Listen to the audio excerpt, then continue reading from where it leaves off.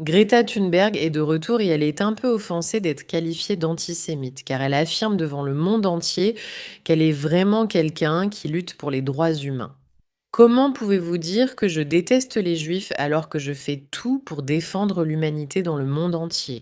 Greta, la réponse, c'est que ta coupe de cheveux ne nous trompe pas. Nous voyons clair, nous ne sommes pas dupes. Regardez-la, désolée. Je m'excuse auprès de vous tous qui en avez assez de devoir regarder cette jeune femme ou cette chose à ce stade. Je ne sais même pas comment elle s'identifie. Nous en avons assez d'elle, mais c'est aussi un peu divertissant de la voir perdre son sang-froid. Quelle est l'expression? Elle est juste frustrée. Elle est frustrée. Et Greta frustrée, c'est Greta divertissante. Voyons voir.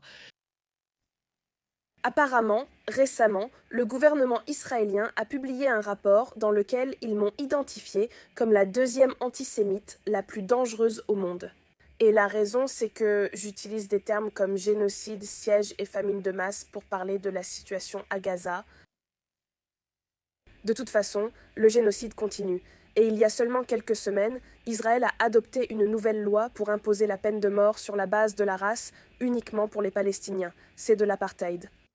Et lors de la journée des prisonniers palestiniens, le 17 avril, le monde se lèvera contre cette nouvelle loi et contre l'apartheid.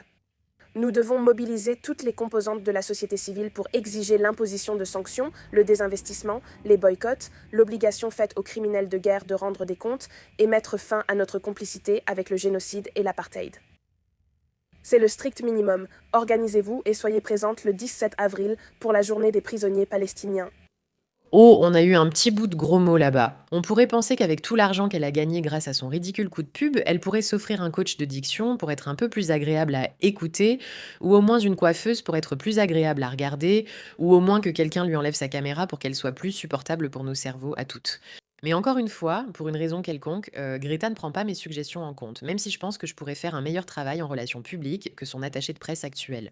Beaucoup de mensonges dans cette vidéo. Au début, je ne croyais pas que c'était le gouvernement israélien, mais en fait, si. Elle a raison, c'est le ministère des Affaires de la Diaspora. Voici la déclaration. Nous avons analysé 10 figures majeures de l'antisémitisme et de l'antisionisme dans le monde en 2025 sélectionnées pour leurs actions et leur impact. Le graphique ci-joint distingue deux groupes d'individus et de groupes à l'aide d'un code couleur. Le point rouge met en évidence. Bon, personne ne s'intéresse à ça. Qui avons-nous ici? Nous avons Dan Bilzerian. Oui, c'est un fou furieux. Nous avons Greta Thunberg. Nous l'adorons. Nous avons Bassem Youssef, Candace Owens, Abdabri Altuan, Tucker Carlson, Ian Carroll, Nick Fuentes, Anastasia Maria Lopez et Omar Suleiman. Maintenant, je dois dire que je pense que c'est l'une des choses les plus stupides qu'un gouvernement puisse décider de faire. Je n'ai aucune idée de pourquoi on publierait quelque chose comme ça. C'est une vision à court terme pour une campagne RP, selon moi. Pourquoi leur accorder plus d'attention? Vous ne vous rendez pas compte qu'ils considèrent cela comme un motif de fierté, qu'ils pensent qu'à faire du bon travail? C'est ridicule. Cela n'a aucun sens pour moi. Je ne suis pas là pour critiquer le gouvernement, mais pour évoquer comment Greta a développé des théories sur ce qui se passe. Comme toujours, elles ne sont tout simplement pas vraies. Israël a finalement adopté une loi qui vise essentiellement à éliminer les Palestiniens. Ce n'est pas exactement ça. Écoutons précisément ses propos. Trouver une journée de prisonniers, c'est la peine de mort à Gaza de toute façon, ça continue, et il y a seulement quelques semaines, Israël a adopté une nouvelle loi pour imposer la peine de mort basée sur la race, uniquement pour les Palestiniens. Non, Israël n'a pas instauré la peine de mort pour les Palestiniens. Israël a instauré la peine de mort pour le terrorisme Greta. Maintenant, tu dois te demander pourquoi tu penses, Cohen, que c'est pour les Palestiniens et uniquement pour les Palestiniens. Était-ce un petit lapsus, ma chérie? As-tu peut-être révélé le fait que tu admets que les Palestiniens sont vraiment les terroristes en Israël? Est-ce que c'est ce que tu admets en affirmant cela? Et encore une fois, je vais te le repasser. Il y a quelques semaines, Israël a adopté une loi imposant la peine de mort selon la race, uniquement pour les Palestiniens. Non, ce n'est pas tout à fait ça. Cela concerne ceux qui tentent ou commettent des actes terroristes. Je rappelle aussi qu'Israël a la peine de mort depuis des années. C'était juste une petite mise à jour et nous ne l'avons jamais appliquée et nous n'appliquerons probablement jamais celle-ci non plus. Mais encore une fois, c'est une discussion pour une autre fois. Oui, il devrait absolument y avoir une sanction pour les personnes qui vont tuer. Surtout étant donné que l'autorité palestinienne finance ces personnes à vie en leur versant des allocations. D'importantes sommes des contribuables américains et israéliens financent des personnes qui ont effectivement commis des meurtres. Et ensuite, bon, ils sont libérés lors d'un échange d'otages, ce qui les incite à essayer d'enlever encore plus de personnes. C'est un vrai chaos. Et il est grand temps qu'ils réalisent, bon, ça, que s'ils commettent un acte terroriste, ils devront peut-être en payer le prix et en subir les conséquences. Ridicule. Bref, une fois de plus, elle prouve qu'elle fait partie de ces personnes qui vont promouvoir des idéologies qui ne sont absolument pas en faveur de l'humanité. Regardons la réponse d'une femme iranienne. La présidente des États-Unis vient de dire qu'une civilisation entière va mourir ce soir pour ne jamais revenir. Et personne ne réagit. Je veux dire, tout le monde réagissait. Premièrement, et deuxièmement, tout le monde comprenait que c'était la rhétorique totalement normale de Trump. Il parle ainsi et dit des choses extrêmes en négociation pour pousser les autres à agir. Quelqu'un pensait-il vraiment qu'il larguerait une bombe nucléaire sur l'Iran? Non, Greta, pas les gens intelligents. Non, aucun de nous, pas un seul. Désolé.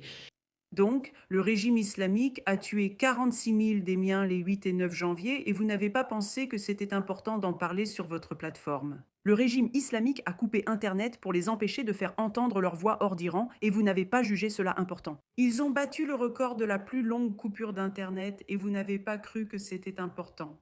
Ils ont arrêté tous ceux qui écrivaient le hashtag changement de régime pour l'Iran sans que cela ne vous semble important. Puis, il a exécuté des adolescents. La semaine dernière, ils ont exécuté 5 adolescents et vous n'avez pas jugé cela important.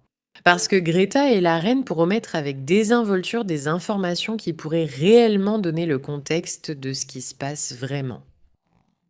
En parler sur votre plateforme parce que le régime islamique finance le Hamas. C'est pourquoi, dès que Donald Trump parle de mon pays, de la civilisation islamique que nous ne voulons pas, tu commences à attaquer Donald Trump et tu penses qu'on est stupide et qu'on ne se souvient pas de tes vieilles querelles avec Donald Trump. Tu n'as pas utilisé ta plateforme. Tu n'as pas parlé quand nous avions besoin de toi. Alors, ne prononce pas le nom de mon pays avec ta bouche sale. Je veux dire, c'est assez juste. Rappelle-toi qu'elle n'a pas défendu le peuple iranien, mais dès que Trump dit quelque chose sur le fait d'anéantir une civilisation, elle est soudainement là pour défendre les gens qui lui tiennent tellement à cœur, tellement. Mais encore une fois, c'est exactement le modèle de Greta Thunberg. Elle parlera de l'apartheid, mais elle ne parlera jamais de ce genre de sujet. Elle parlera de la façon dont Israël traite si mal les Arabes, les musulmans et les Palestiniens. Mais ici, elle ne montrera pas la vidéo de musulmans ou d'Arabes qui se balancent dans un parc ou sur une plage à Tel Aviv, épicentre d'Israël. C'est sa façon de faire. Et maintenant, elle est un peu contrariée, un peu ironiquement vexée d'avoir été traitée d'antisémite, parce que comment osez-vous alors que je défends les droits de l'homme? Garce, pourquoi tu ne défends pas vraiment les droits de l'homme pour une fois dans ta vie?